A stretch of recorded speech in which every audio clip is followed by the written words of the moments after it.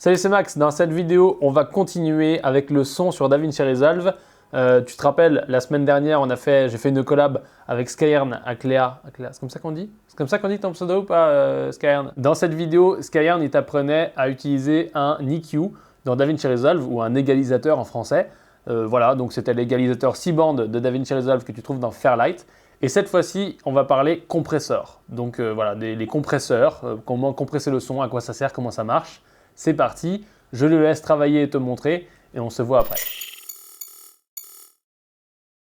Donc comme tu l'auras compris, aujourd'hui on va parler de la compression sur DaVinci Resolve puisqu'on est toujours sur DaVinci Resolve et on est toujours sur le podcast qu'on a enregistré l'autre fois, qu'on a fait dans l'autre épisode où on traitait l'égalisation.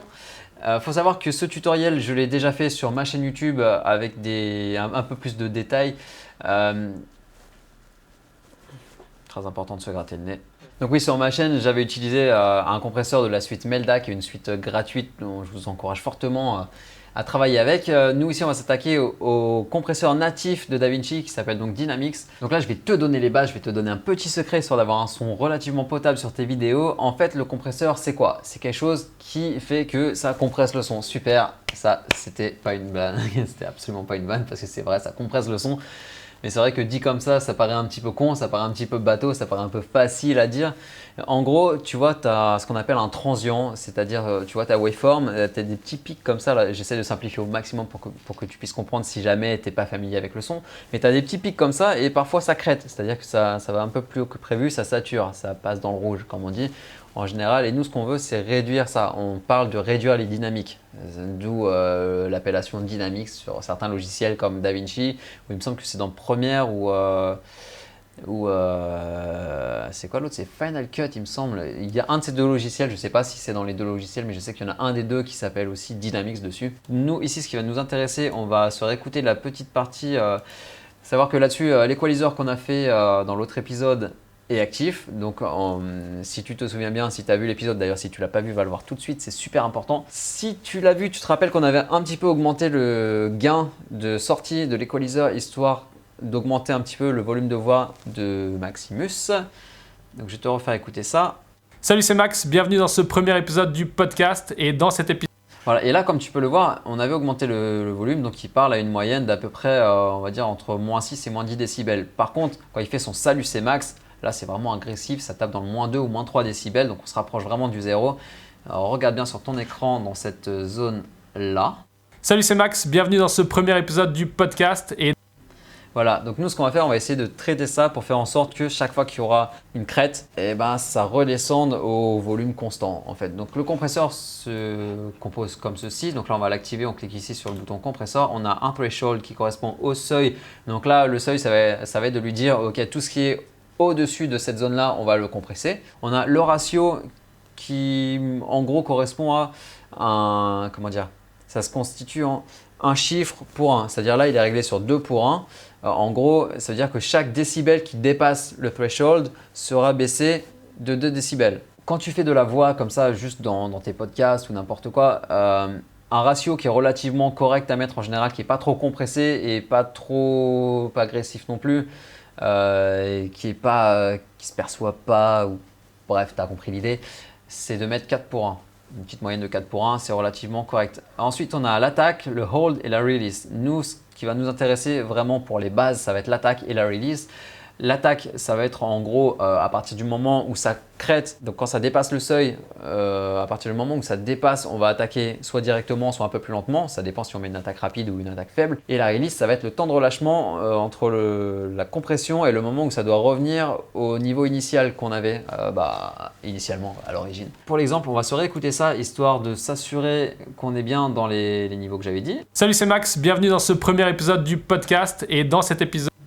C'est ça, on est bien sur ce que j'avais dit. Donc du coup, à ce niveau-là, ce qui va nous intéresser, étant donné qu'il n'y a pas de modulation, on va regarder le gain reduction pour savoir exactement qu'est-ce qu'on est en train de compresser. Donc de base, on va fixer notre ratio à 4 pour 1 à peu près. Voilà, 4 pour 1. Comme ça, on sait que chaque fois qu'on va faire quelque chose, ça va agir à 4 pour 1 et on va déplacer la barre de seuil tout simplement de manière à ce que dans la fenêtre gain reduction, Et dans la fenêtre output, ça correspond à peu près à ce qu'on recherche. Nous, ce qu'on recherche, c'est une stabilité entre moins 6 et moins 10 décibels. En gros, on ne veut plus que ça tape dans les moins 2 décibels ou dans les moins 3 décibels. Salut, c'est Max, bienvenue dans ce premier épisode du podcast. Et dans cet épisode, et dans ce podcast d'ailleurs, qui n'a pas de nom, et je t'invite à lui trouver un nom, j'ai un guest, un invité, Salut, c'est Max, bienvenue dans ce premier épisode du podcast. Et dans cet épisode, et dans ce podcast d'ailleurs, qui n'a pas de nom, et ça paraît plutôt pas mal là. Alors comment est-ce que j'ai agi à ce niveau-là? Ici on a la petite barre Gain Reduction, on voit que c'est numéroté de 0 à 10 et je me rappelle que entre la crête de moins 3 décibels et le volume constant de moins 10 décibels, il y a à peu près 6-7 décibels.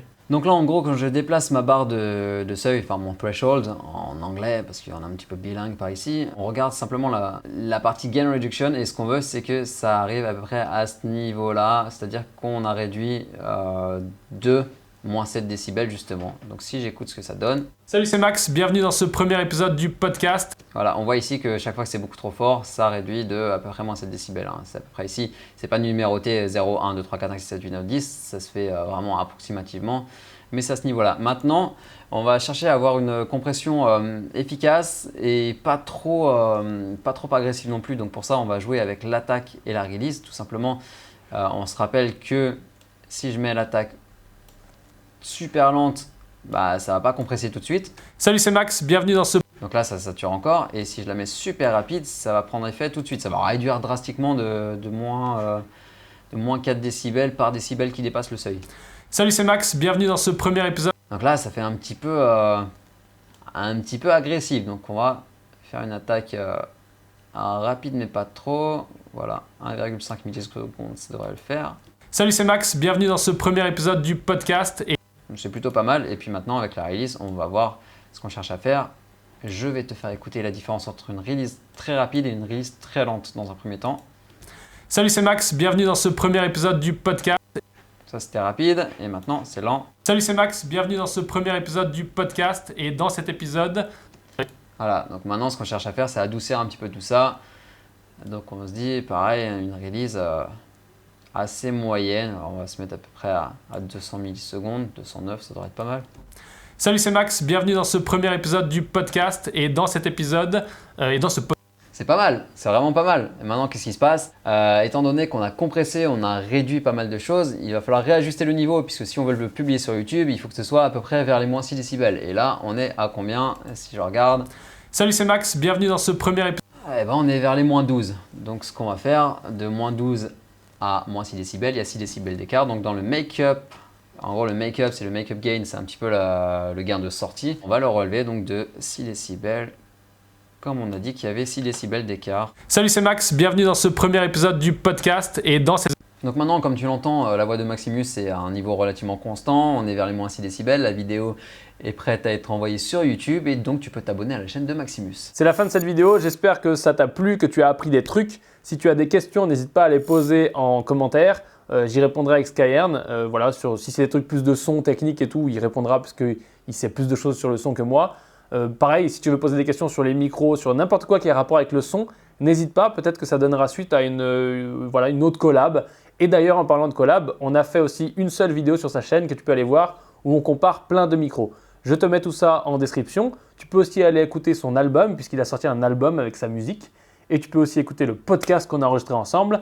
Bref, il y a pas mal de choses à faire, il y a pas mal de choses à écouter, à voir. Dernière info, si tu veux te perfectionner sur DaVinci Resolve, que tu en as marre de chercher partout sur Internet, que tu as des questions, que voilà, si tu veux en gros te perfectionner rapidement sans prendre des heures et galérer, j'ai une formation super pour toi qui a déjà pas mal de membres qui sont très très contents. Cette formation, elle est en pleine évolution, elle est en plein développement, donc tu peux même suggérer des leçons si tu as besoin d'apprendre des choses particulières. Bref, je te mets le lien de ça dans la description. Tu peux aller regarder la page, poser des questions, savoir si ça t'intéresse, etc., etc. Moi, je te dis merci d'avoir regardé cette vidéo. À plus tard.